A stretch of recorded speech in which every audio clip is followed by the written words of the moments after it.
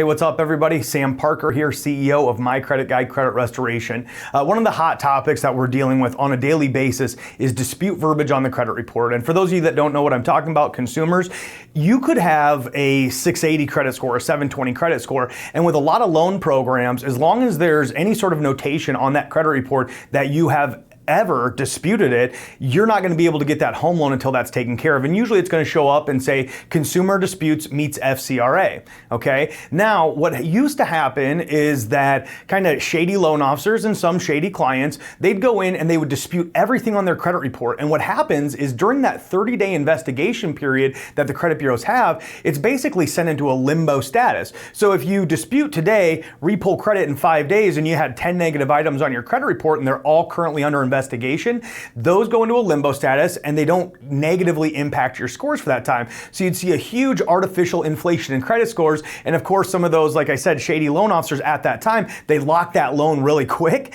And then you'd be getting a loan that you didn't really qualify for. So then what the banks did was they came in and a lot of them said, or through lender overlays or regulations, they said, there cannot be any dispute verbiage on the credit report, which in general, because of what I just explained, is a good idea. However, it's an overreaching rule because what happens is after that 30-day investigation period, if it's deemed that that item is correct, it stays on your credit report, but it will still say consumer disputes. Okay, so now it's being factored back into the credit score, and there's still those loan guidelines that say we're not going to give this person money until these dispute verbiage remarks have been removed. So just so you know the difference, it's not impacting the credit score anymore after it's out of that dispute process. It's only during that first 30 days where it's actually under investigation. Afterwards, it is being factored back in, so you're just kind of getting double dinged. Now, you can usually get those items removed by giving the creditor a call and letting them know that you no longer dispute that item and that you want it off the credit report.